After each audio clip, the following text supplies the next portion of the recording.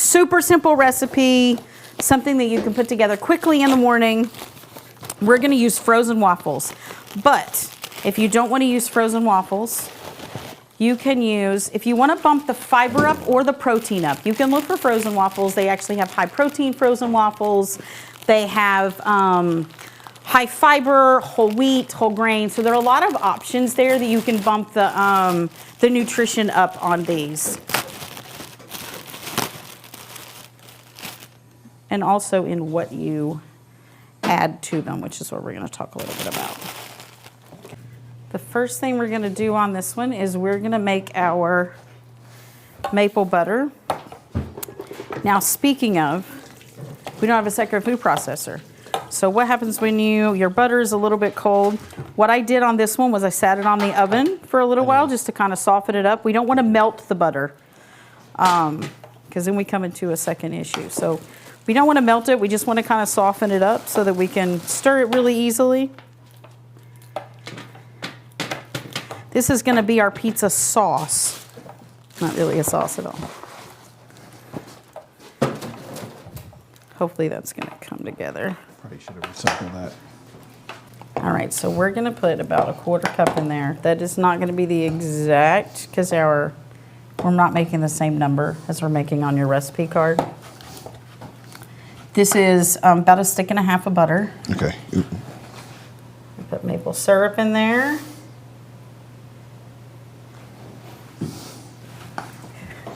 Right, so there's a few different things you can use on that. Really, any liquid sweetener you can use. Yeah. We're using maple because these were they were for a maple butter. Yeah. But I do often use honey. This makes the same recipe. Use honey instead of maple. Use a little bit of cinnamon.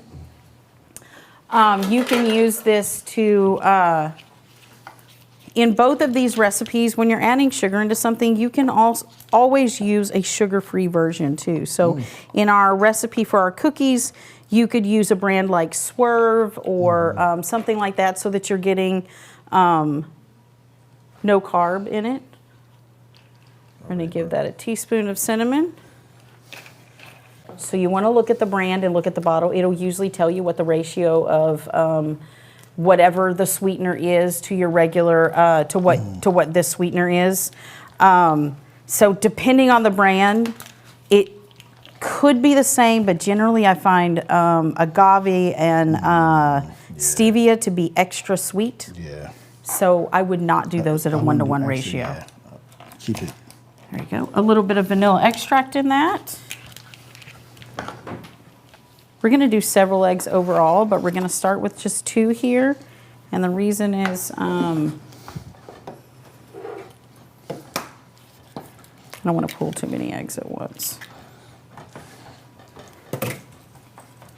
So I'm actually going to cook my eggs on medium-low. Mm-hmm. One thing that people often do with eggs is they cook them at too high of a temperature, so they cook too fast. Yeah. You don't want your eggs to cook too fast. You actually want them to cook kind of slow. The other thing people do is they add milk to their eggs. It's actually better if you add just a touch of water. Really? Yes. So I add milk to my eggs. It depends on what you're making. But if you're making a custard, of course you're going to put milk. Okay. If you're making scrambled eggs, put a little bit of water. Oh, wow. The idea is that we really just want them to be fluffy. Yeah. And we don't want them to get tough. Okay. So water wouldn't be the same. So okay. I usually put water. I got to try that. Thank you. We're going to turn these up. I know I'm going to break my rule here for a moment. Uh-oh. And we're going to turn these up. But normally you actually want to keep your eggs at about a medium-low. So heat your pan first so that you put them onto a hot pan. And then after you start cooking them, you want to move them around quite a bit. You'll start to see them start to form into scrambled eggs. And then if you're making them into an omelet, you'll roll it. If you're making it into scrambled eggs, let it sit for a moment and then kind of break them up. If you're moving them around, they actually should not stick that much if you have a good nonstick pan. Mm-hmm. Now, I'm saying that as they're sticking a little bit. Of course.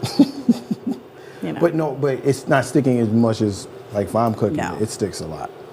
But I see what you're saying. So see how you're going to kind of move them around. I don't know if you guys can see this or if you want to come up and look at them. We're going to move them around until they're starting to thicken up a little bit, and then we're going to let them sit for a moment. Now, we're not going to cook these until they're dry because that's not how scrambled eggs should be anyway. But particularly in this case, we're going to put them on a little pizza. So they're going to cook a little more in the oven, right? You don't have to put them in the oven, but we're going to because our waffles are frozen. It's fluffy too. Yeah, so you'll see that. See, we put a little bit of water, and they're nice and fluffy. Yeah, they are. They did stick just a little bit, but that's because I didn't put quite enough oil in the pan. Okay. All right, so this time we're going to do a couple more than 2 eggs, so we'll have plenty of eggs going on. How's that butter looking? Better than it was before. It's smooth. So ideally, we would have put this butter in our food processor, or you could whisk it with a softer butter. It's kind of, it's smoother than it was. That's actually kind of what it should look like. I got it on my So there's a couple different ways you can do it. Whenever I'm doing eggs, I always do a nonstick pan.